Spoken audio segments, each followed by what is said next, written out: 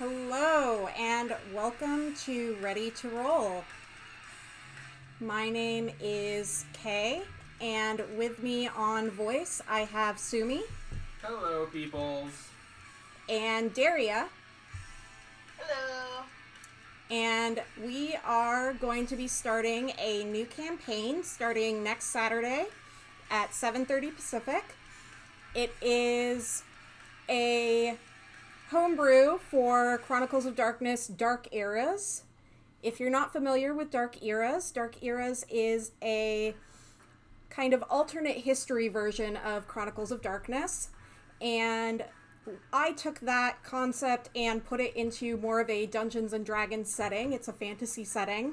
So it's kind of going to be all new, but with the Dark Eras as kind of the base for Chronicles of Darkness. So let's introduce ourselves. Sumi, do you want to start? Sure. My name is Sumi. I go by that pretty much everywhere on the interwebs. You can follow me at SoSumi. That's how you pronounce it, for those who are wondering. At both Twitter and here on Twitch, which I'll start using soon. I've been an avid tabletop role player for quite a few years, but definitely got into it once again the last 3 with Chronicles of Darkness. And I am excited to finally be a player and not the storyteller. Daria, go ahead and introduce yourself. Okay, so I'm Daria. I've been into the tabletop for about 3 years. When we first got back into it, he dragged me along for the ride, and I don't regret the moment of it. I can be followed on Twitch and Twitter as Blind Immersion, but I do also often go by Daria as well. That's about it. Awesome. When did you get into tabletop roleplay? 3 years ago when Sumi dragged me along for the ride. You already said that. I'm sorry. So what, I guess I should introduce myself. I'm Kay. I'm going to be DMing or storytelling this chronicle for Daria and Sumi. And I have been playing Chronicles of Darkness for about a year in one of Sumi's games that we play on Sunday mornings with an ever-rotating cast of characters. I've kind of dabbled in some other stuff here and there, Dungeons and Dragons and other forms of gaming and whatnot, but this is going to be my first time DMing, so we're excited to take you along for the ride. So, Sumi and Daria, what is your favorite splat in Chronicles of Darkness? And maybe we should explain what a splat is in Chronicles of Darkness. First, a splat in Chronicles of Darkness, it's a little different from, say, Dungeons and Dragons, where you have one set of core rules that work within the fantasy world that you're playing in. In Chronicles of Darkness, there's kind of multiple sets of those rules. The most prominent being Vampire the Masquerade, which is kind of the original path for Chronicles of Darkness. And from there, they've kind of expanded over the years. You have Mage the Awakening, Changeling, Werewolf, Hunters, Prometheans. Beast the Primordial. You have a lot. There's a lot here. There's something for everyone. And a lot of people only play one splat. Other games that you might be familiar with, like LA by Night or Twin Cities by Night, they play in the Vampire universe. There's, I know, a couple of Mage the Awakening games on Twitch right now, and various other games. And generally, people kind of stick to one splat. We are kind of throwing that out the door and playing a multi-splat game because we like to make things complicated and more difficult for ourselves. Also, meshing everything together is fun. It is. So in addition to running my first game and doing a homebrew of Dark Eras, which is not a highly played version of Chronicles of Darkness, we're incorporating all of the splats and making our own universe within Chronicles of Darkness rule sets. So Sumi and Daria, what are your favorite splats? Changeling, hands down.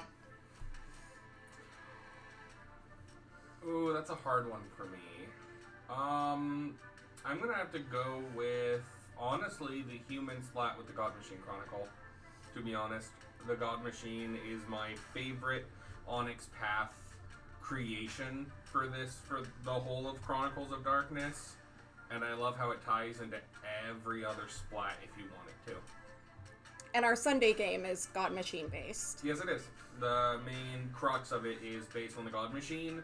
All the different characters who use different splats are simply along for the ride with the God Machine's machinations and plans. So I so far have only played a Changeling, so I don't have a whole lot of experience outside of that. I'm going to be playing a mage for this game, which again, let's go make things more complicated. Mage has been giving me a headache reading the book and trying to figure out the base rule set for it, because there is a lot to combat and spellcasting, which is not a bad thing. It's just going to be a learning curve. So let's talk a little bit about the universe that we're going to be playing in. You can see there on our map, that is the map that I've made up of Anatolia, which is going to be the first country that we visit in the Four Kingdoms. We may eventually go to the other countries, depending on where the characters take us. But Anatolia is going to be our start, and it's kind of a pseudo-desert kingdom. There's a lot of emphasis on trade and kind of nomadic groups that live within the country. There are cities and towns, as you can see in the map there, but there's also a lot of just kind of people who wander around and are primarily merchants. So we are going to be starting in the town of Moya, which is a little fishing town. I guess not little, it's a decently sized city, but that's where our characters are going to be starting out. So, Sumi, what is your character who's going to give me so many headaches during our lovely campaign? So my character is human. He is completely human. There's no supernatural splat to him, falling in line with what I said earlier. His name is Roshan. Until recently, he was a pirate. And he is a very interesting character whose past really sort of, without... In his mind, he's integral to the politics of certain actions. In reality, he probably isn't.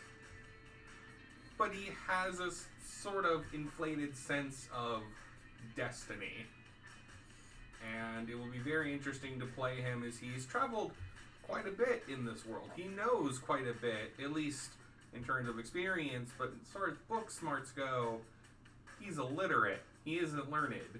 He's a fishing village boy who grew up to be a pirate and now is searching for something else to do. And one of the things that I know a lot of people like about World of Darkness is that it is a modern setting in most cases, and it's a real world setting or a near real world setting. So it doesn't take a lot of work, especially because a lot of DMs set their games in cities that their players are familiar with. Or at least it's fairly easy to research, say, Los Angeles or the Twin Cities. But I prefer fantasy, so I decided to kind of squeeze a fantasy world into this game set, and we're going to see how well that works. It is a lot more work on the front end, but I think it'll be a lot of fun. Daria, your character? My character is Lilana. She's a She's a changeling, obviously, and she was basically separated from her family during a trip to the market. And upon her escape, because farm life didn't really suit her, she's taken up more of the life of a sort of thief and mercenary, looking for magical artifacts for her mentor. And she has a traveling dog companion, but beyond that, generally keeps to herself. She's fairly average in intelligence, but very low in her resolve and her composure, so she's pretty much not going to be good for more mental manipulation when receiving it, although she is fairly good at dishing it out. So... oh no, go ahead. I'm trying to think of if there's anything else super noteworthy out of the gate. I suppose probably is one of the things is she's very unassuming looking, she's small, and she doesn't really go looking for trouble, but she can mess somebody up if they come her way, provided the dice are on her side, of course. And one of the advantages of these two characters is one's a pirate and one is a thief, so theoretically they will at least have some similarities when it comes to morals, and therefore hopefully be able to work somewhat together within our campaign setting. And I don't think either of you talked to each other before really creating your character concepts. You just kind of went into it separately, right? Yeah. Right. So that just kind of ended up being a happy accident, which as a DM makes me happy because it makes it way easier for me to come up with our first encounter. So because we have a smaller player base, I'm also going to be playing a player character for this campaign. I'm going to be playing a mage named Sabah. He is a little bit mysterious, a little bit of a Aragorn type character. He kind of wanders around and skulks in corners, and maybe has some things in his past that some of our party members will not take kindly to. He is potentially looking for something that these two lovely travelers may be able to assist him with. So hopefully our party will come together and start their adventure fairly easily. I'm hoping, at least. So yeah, it's going to be an interesting balance, I think, of how much I tell Daria and Sumi about Sabah, because there are some things in his past that I kind of want to keep a secret as the DM, but as a player, I would probably tell them. So I think that's going to be a new balance for me to find actually running a game versus just playing in a game. And Sumi, you get to enjoy actually just playing and not playing a million NPCs and keeping track of them all and running combat for a million different splats. It's fantastic. I'm enjoying my vacation. Your vacation while you run like 2 or 3 other games on the side still? Yep. Air quotes vacation. Air quotes vacation. So, a little bit more about our setting. Anatolia is the kingdom that we're going to be starting in. It is ruled by a queen who lives in the capital city, which is in the north of the country. There are also 4 other countries that take up this landmass, and those other countries are Kafkir, Feldir, and Dermid, which we nicknamed Denmark for a while because none of us could remember what I had determined to call the country to the north. So it's unofficially Denmark. And one of the other things that I'm going to be bringing into this game, again, to make it a little bit more flavored similarly to Dungeons & Dragons, is I'm kind of expanding on the idea of hobgoblins and goblins from Changeling and extending that to elves and orc and dragons and other mythological creatures that do exist within this world. They may not be super common where we're starting out, but they do exist in addition to the regular changelings, vampires, mages, etc., the normal supernaturals that you're used to running into in a Chronicles of Darkness game. So we will have some interesting interactions, I think, with some new types of beings within this game that I think will make it kind of fun as well. I'm super excited for it. I'm also excited to see how these certain concepts from these games that, originally started in a modern setting and have Dark Ages things to them for dealing with things like the Middle Ages and forward, but in a world where magic is sort of unknown. And what does that mean for supernatural creatures? Since humans still outnumber them. Yes. One of the things in Chronicles of Darkness that is going to be a little bit harder to deal with in this game in particular is the idea of the masquerade, or are we keeping supernatural beings a secret from non-supernatural beings? Pretty much every single splat within Chronicles of Darkness has their own mechanics for dealing with the idea of the masquerade. For vampires, obviously, it's the masquerade. Generally, most people play it that it's a bad thing to break the masquerade and go up to a human and say, "Hey, I'm a vampire, can I suck your blood?" But because this is a fantasy world, I'm kind of loosening the rules a little bit on that. And for Mage, that becomes a problem because a lot of Mage the Awakening is based around the fact that you're altering reality, and how much you alter reality can affect the way that you as a character are using spells or are damaged by maybe bending reality too far in one way or another. So with the mechanics, we're going to have to kind of play with that a little bit as I get used to DMing with these types of characters. And we'll see how it goes, and we'll probably have to make some adjustments as the game goes on, of course. But Daria and Sumi and I pretty much talk every day, so if something's not working, they'll just yell at me and tell me, "That was terrible, please never do that again." We're going to make sure you roll Paradox dice. No. You're terrible at it. Paradox! Paradox! You can take his bashing damage or you can unleash into the world. At which point we should let the chat decide what happens, is my vote. Oh dear. Yes. You externalize Paradox, chat decides. That's something. I don't remember if I put damage on my,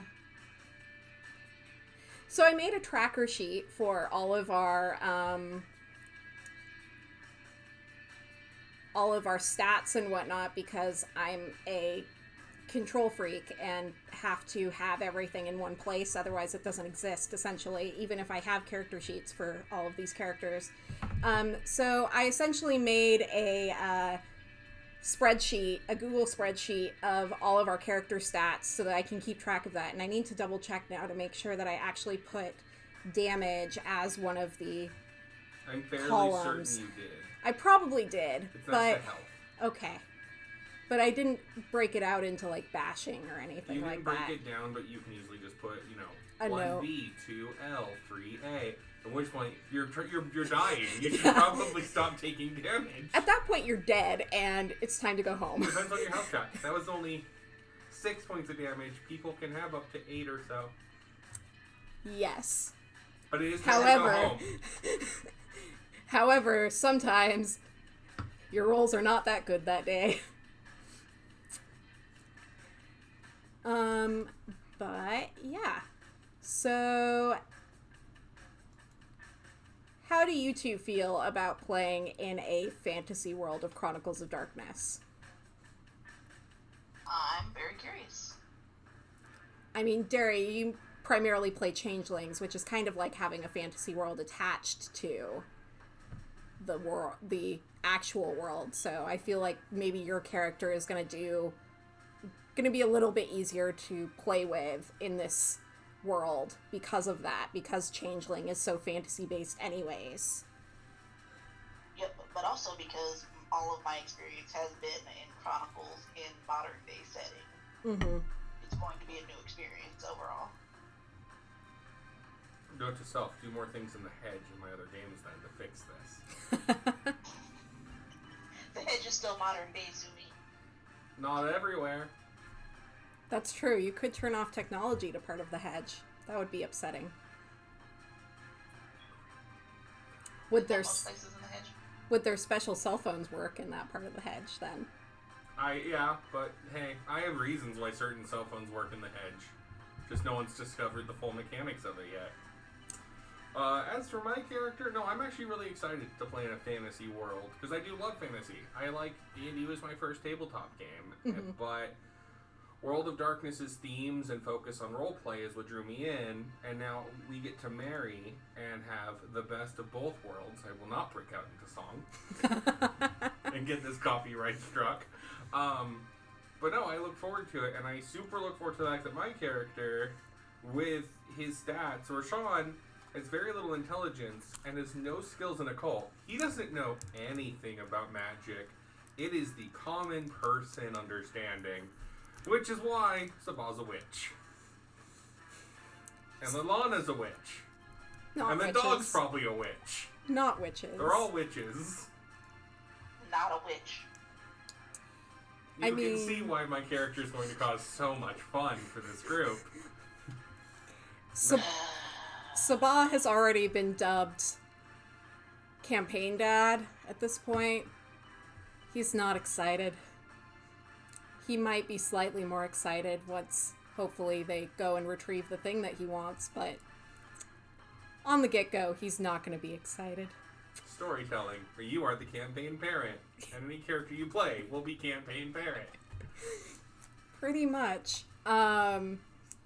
I get to retire from. I get to be on vacation from that for once. That is true. Most of your characters are kind of the healers and the please don't get into trouble type character. Yep. We shouldn't do this. It's a bad plan. Sumi's character will be making all of the bad decisions for our party. Hey, he follows his instincts. If the wind took him somewhere, it's because he was meant to go there. That's his story. Not how that works. And he's sticking to it. That's not how that works. So, I got the PDF for the first Dark Eras book, and I've been doing some reading through it just to kind of see how those pre-made campaigns are supposed to work. And one of the cool things about the Dark Eras campaigns is that they are historically based, and I love history, first of all, and they actually put quite a bit of information into what inspired that particular campaign for the writers of the campaign. There's a mage and werewolf campaign that is set during the golden era of the Vikings, and they list all of their inspirations for that, including the show Vikings and various other pop culture references and whatnot that they took into account while writing that. So I feel like they're actually a pretty easy read because of that. And there's a lot of interesting concepts in those with the various like kind of bad guys and different groups that you can encounter. It kind of gives you, a lot of them give you kind of like two sides to the campaign, so you can play two splats within that campaign. Theoretically, you could attempt to expand those into other splats, but they're primarily built around a particular splat or not. But it definitely gave me some ideas for some potential NPC encounters that they could potentially have in the future. If only because they're kind of tweaked off of that normal, like, modern setting a little bit, which is kind of nice.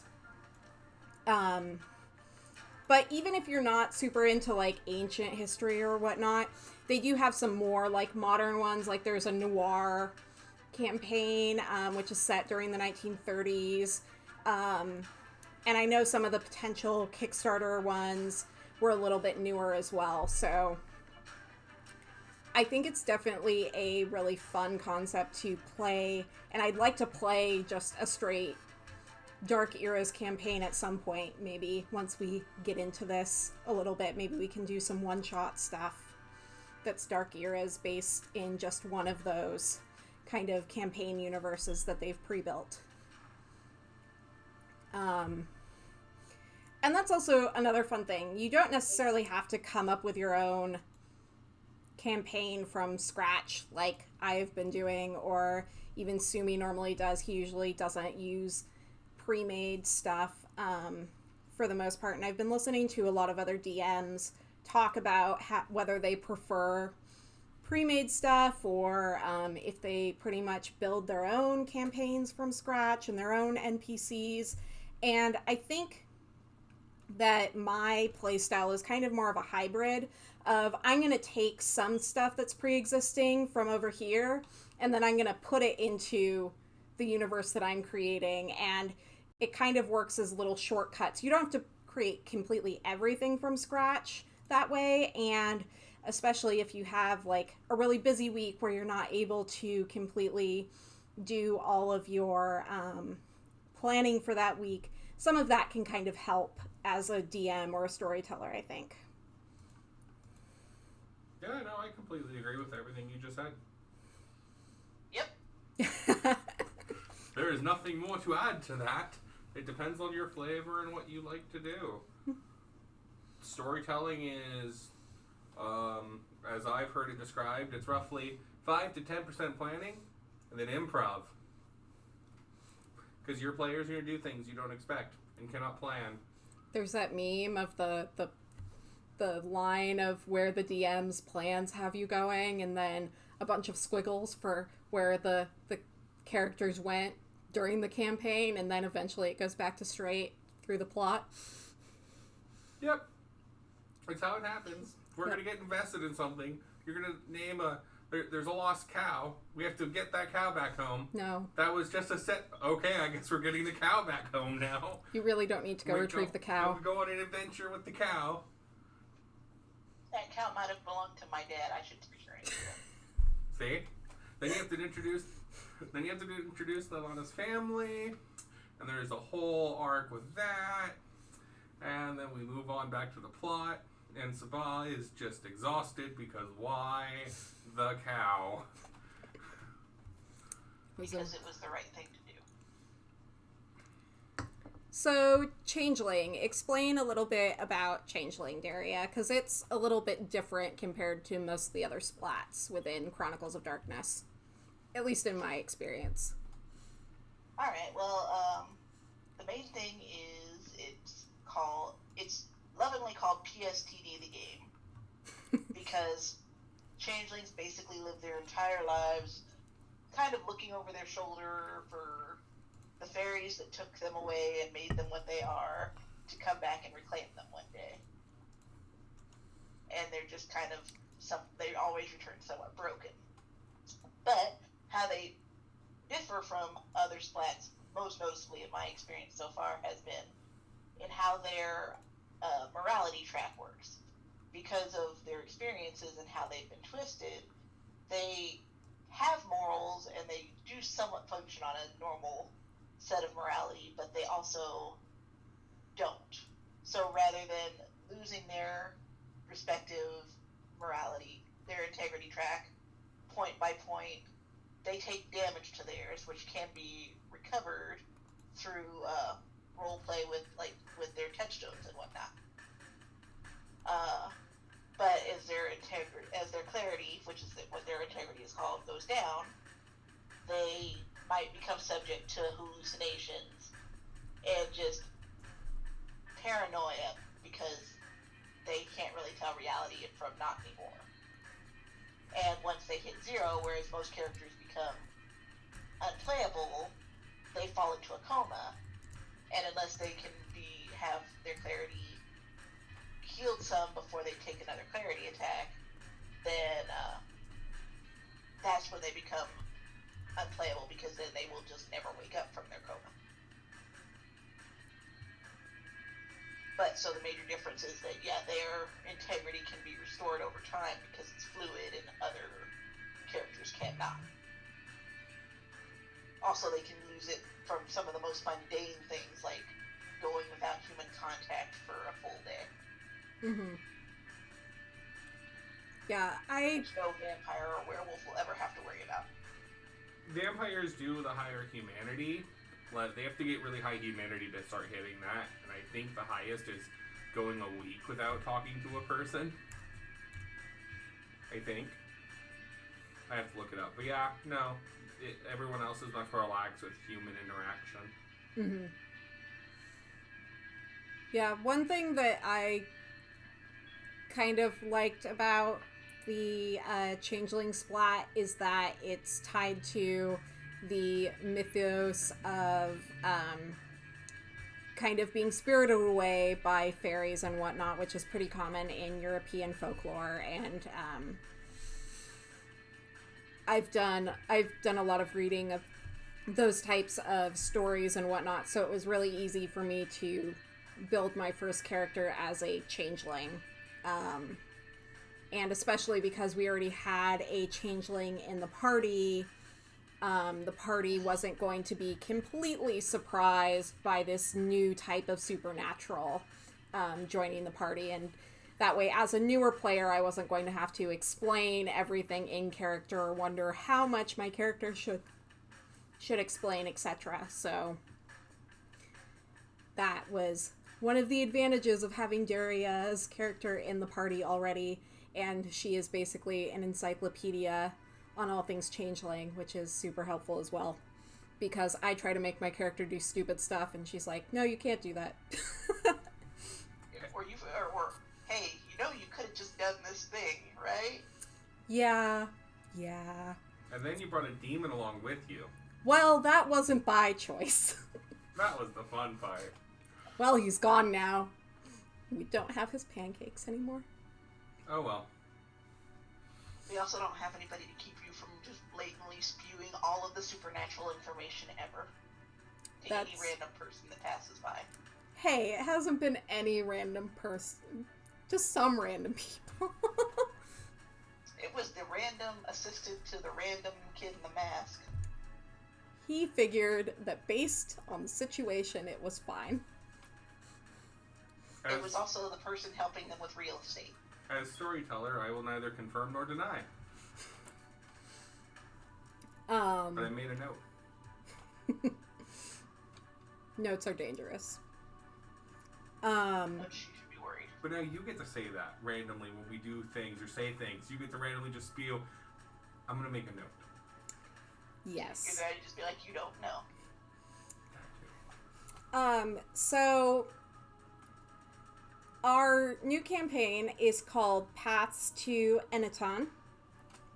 And because this is a fantasy world, I got to come up with everything within the universe. So Enitan is kind of this mythological place akin to Shangri-La or El Dorado. It has produced various legends, and because of the different supernatural splats, we are playing with the idea that each of these supernatural communities has different ideas of what Enitan is. So the mages think that this is the connection to the supernal, and if they find Enitan, then they will be able to ascend to the supernal by going through some sort of mystical portal.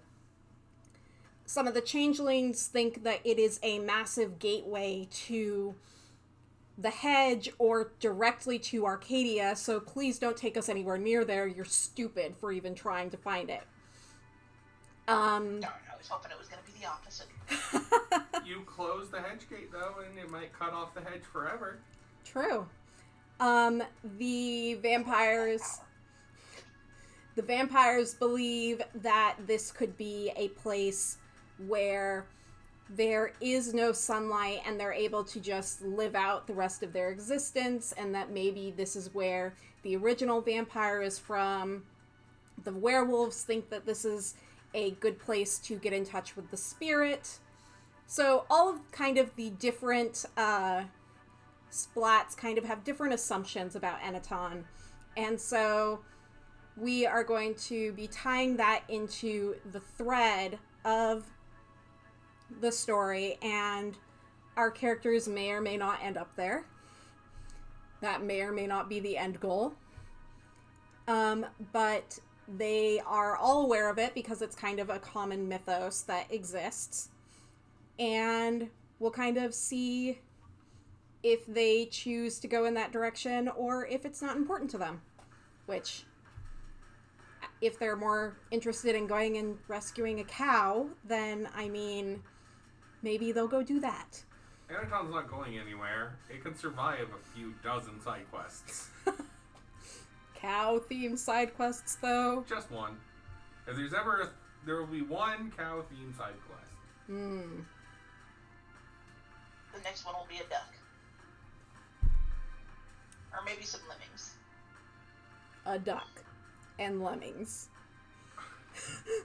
Hear me out.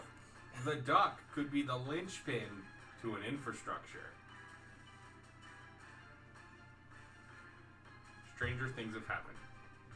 Mm-hmm. That's all I'm saying.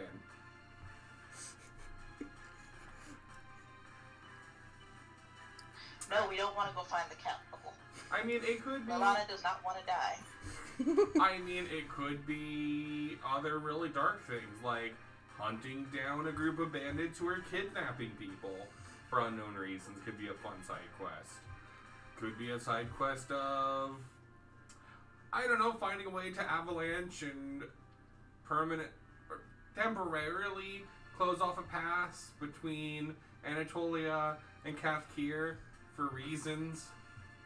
Reasons? Reasons. Sumi's character hates Kathkir. I was hoping, yeah, no, it's true. No, Yeah. he has the hateful vice, and I specifically chose Kathkirans due to his background, which you will learn while we play as to why. But no, yes, he's racist against the people of Kathkir. He hates them. And really takes just pleasure in ruining Kathkiran plans. It's one of the reasons he became a pirate, was to rob Kathkiri merchant ships and noble ships. We might have watched Sinbad right before character creation happened, and I feel like there was a little bit of influence on Sumi's character. What? Never. I will neither confirm nor deny this allegation. I But don't also dual now I'm wield. literally just picturing some True. Kathkiran family planning to go on a trip to the market, and Roshan just screwing over their plans. Because undoes and going away giddily. undoes their wagon wheel so it falls off and they can't go anywhere. Victory! So rude. So what other kinds of things do the two of you do in your free time? Besides a bunch of Chronicles of Darkness games. There's other things to do. I'm kidding. I'm currently trying to work on getting both my Twitch channel and my YouTube channel up and going proper. Especially now that I'm getting some equipment to work with my 4Vision, so that I can actually edit videos and stuff more easily. And you, And lots and lots of video games. yeah, you primarily play video games on your channel. Yep. Blind gamer is my gimmick. As for me, I also play video games, but I'm not streaming any yet. I do plan to change that in the coming future, since online presence sounds like something fun that I actually want to try doing. I am also in a Vampire 5th edition game that we're also recording that will be going up on YouTube at some point.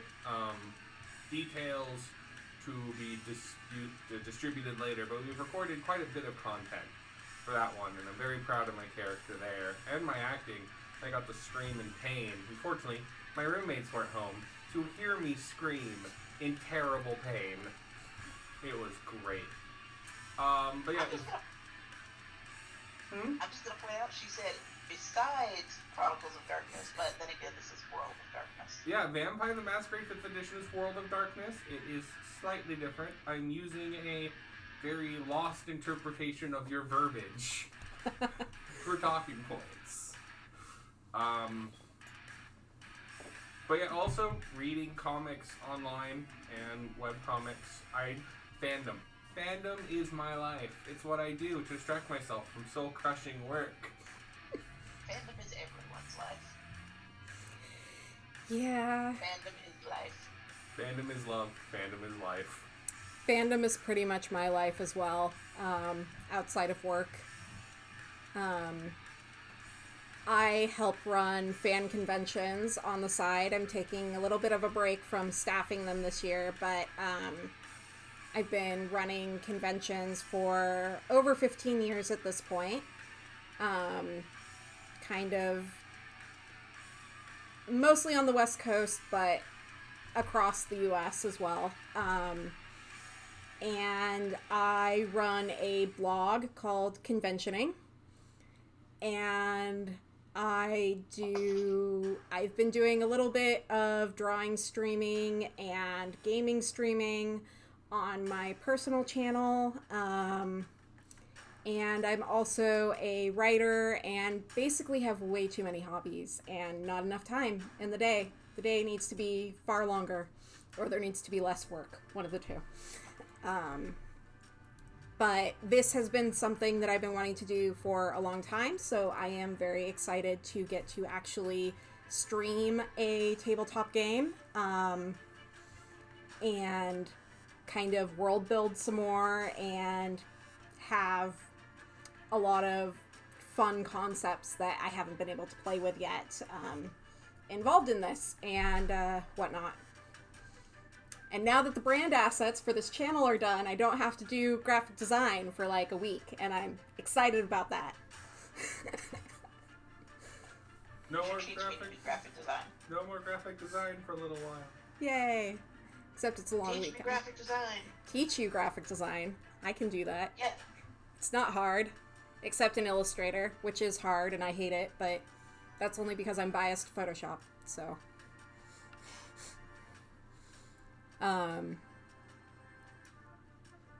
But yeah. Let's see. What is your favorite fandom, Sumi? My favorite fandom pretty much changes on a, say, near monthly basis at this point. Right now it is honestly, I'm gonna go top 3 because picking just one's too hard. Demon Slayer is my newest fandom, which is anime. My resurrected fandom now is My Hero Academia, since the new season's coming up. Which are Resurrected? It died at some point? It went into a hibernation period. Okay. For those who I'm going to Petafrust X it out. For those who don't read the manga. And, of course, World of Darkness fandom, because hashtag the family is everywhere. And we all love each other, fangs and all. Daria? I actually really struggle to have favorite fandoms. I think one of my high ones is consistently Okami. I'm very much into the Sonic fandom because I'm very much kind of for enjoying the medium as they are, as long as I can find things to enjoy in it. And really obscurely Fushigi Yugi. I don't know too many people into that fandom. That is going old school, Daria. Yes, it is. I could have broken out the Thundercats, but no, Gargoyles is probably the closest to my favorite one because Gargoyles was my jam growing up and still is. Does this mean I have to say what mine are now? If you want to. Yes. You could always plead the 5th. No, fairness. Let's see. Generally, Batman. More of the DC animated universe than anything else within DC, because the comics honestly just get too complicated to follow sometimes, and I don't have enough time to read every single tie-in comic known to man to follow a storyline anymore. And Clamp, which is a Japanese mangaka group. They did Cardcaptor Sakura and Tsubasa and X and a bunch of other stuff, but they're one of my favorite manga creators. And then kind of in general, like just like grimdark or like especially Japanese supernatural horror I really love. Basically, any Japanese horror movie that comes onto Netflix, I watch, even if it's terrible. If it's terrible, you just need more alcohol, in my opinion, and it's fine. And somebody to riff on it with. That's also one of my hobbies. To the chagrin of my partner and my roommate sometimes, I riff on pretty much everything that I watch in real time, like MST3K, even if I've never seen it before. Luckily, I have forced them into getting used to it. I join in now. Yes. MST... Unless it's admittedly garbage from the start. Hey, I've been having a lot of fun MST3King Demon Slayer, so... That's good. There are still problems with it. There's problems with everything. The lead character is a terrible shonen protagonist, and he should feel bad. He's adorable and soft, and you leave that boy alone. Hydro did nothing wrong. He has done nothing to you. Yeah, I'm usually no context theoring any of these conversations because I'm always in voice chat. So Sumi and I live in Portland, Oregon. West Coast is best coast. And Daria is in Colorado. So we have Hi, baby. So we have to Skype her in. But our Sunday games, we've been playing with people who live just like 15 miles away from us across the river from Portland in Vancouver, and one of their friends who's in Wales. So luckily the internet exists, and we no longer have to have the limits of just being in the same place to play games with each other. So in addition to me learning how to Twitch stream and learning how to deal with OBS and building all of the brand assets and stuff, the one thing that has been easy is just putting somebody in voice chat and being able to know that we're going to be able to play this game even though Daria isn't physically in the room with us. So Well, I can't. I'm breaking up. Don't do that. Stop it. Stop. Too real. I mean, some days technology doesn't like us. I mean, like 15 minutes before a stream was supposed to happen, OBS wouldn't connect, but hey, we fixed it and we got online and got live on time, so yay. Hashtag OBS be OBS. That's why I use action. So, what are the two of you most looking forward to out of this campaign? Either for your character or just player-wise. Hijinks and drama. In both cases. In all honesty, the thing I'm looking forward to most is player and character reactions to the first time Roshan does something truly horrendous. Because it's gonna happen, and I can't wait to see what becomes of his horrendous actions. You're just looking to break us. Is that different from when I storytell, though? But remember, my actions will have consequences. That's true. And I get to make them up this time. You do. Let's not mimic some other high-budget shows on premium channels where actions no longer have consequences around season 5. What? Nobody's ever done that. What are you talking about? My actions must have consequences, and I'm willing to accept them as a player. Roshan won't. but I look forward to that reaction because he's not really. No one in this party's a good person. No. No one in the world of darkness is a good person. There's just shades of awful. I just colored him with a slightly darker shade of awful, and I think you two are. Yeah, we don't have any paladins. He's not that evil yet. We'll see what happens as his integrity goes down, though. That's true. I still have to fully read up on all of the splat mechanics for humans. Ooh, that's Because actually... I haven't done that yet. That's actually... What's nice about the morality system and all these is they're all somewhat similar, but also different. What's really nice about humans is social taboos, actual serious crimes, and the worst things they've done, the worst things they've pictured themselves doing, and the worst thing they could picture someone else doing. More or less is your parameters. And then every time it happens, you know how you roll in the moment where you can tick mark how many times someone does something and have them roll all of them at the end. Okay. To see what happens. So for humans, it's quite easy. It's literally, what are the social, like, pressures of society? And when someone acts against them. Stealing is still bad in this universe. Stealing is still bad, so one has to roll when they steal. But then their reasons for doing it in the context give either penalties or bonuses and modifiers, and you just go from there. I was dying, so I stole a loaf of bread rather than, that was pretty. Yeah. I mean, Roshan's probably had to roll it a bunch of times because he's a pirate. He killed people. He probably shouldn't be an Integrity 7, but somehow he is. The magic of character creation, that's how. And justification. So, he thinks he's a good person because he only hurts the bad people, the ones he hates. Maybe he went and rescued some puppies recently or something from a fire. That can also do it. Unless they were Kefkaran. He would actually... Puppies have no nationality, thank you. So you would rescue the Kefkiri puppies.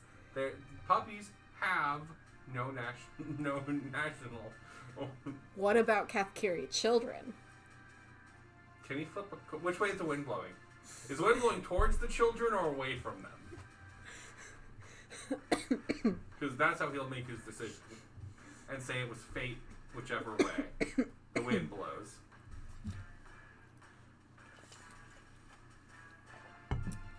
Fate. And then Levelana goes and saves the children anyway. Fate. He's big on the whole religion of fate. You're lucky that the other two people in your party don't have these issues with other races. Yeah. But given his past, I'm not saying it justifies it, because it doesn't. Yeah. He's a terrible person. Roshan will not be the pinnacle of moral order one should live up to in this chronicle. We don't have any pinnacles of moral order. This is true. No, the dog. Oh, the dog. The dog is probably our pinnacle of moral order. That's true, because... Yeah. All dogs go to heaven for a reason. But overall... Yeah, that's why he's lit on his touchstone. Again, when building the character, I understand where the hate comes from. Yes. And why he's so angry and violent. So, next week, we're going to start in Moya, the marketplace fishing town on the coast of Anatolia. We are going to meet Roshan, Liliana, and Sabah. And hopefully, within the first session, they will join together and start their adventures. If not, I'm going to have to greatly expand the town. But thank you, everyone, for coming and listening to our stream tonight. We are going to start our campaign next week, Saturday, 7:30 Pacific time, so same time. Tonight's music in the background was provided by bensound.com. Please make sure to follow us here on Twitch and then also on Twitter and Facebook at Ready to Roll RPG. It's the same username across all of our social media accounts. We will be posting our future videos on YouTube, and I will potentially be converting them into a podcast format as well. So stay tuned on our social media for updates about that once I have a editing schedule put together. And again, thank you for joining us tonight. You can find us all on Twitter and Twitch, and you can also find me on Instagram, and our handles are right there on the stream. So thank you. We will see you next week for episode 1 of Paths to Enitan. See you later. Bye-bye. Laters.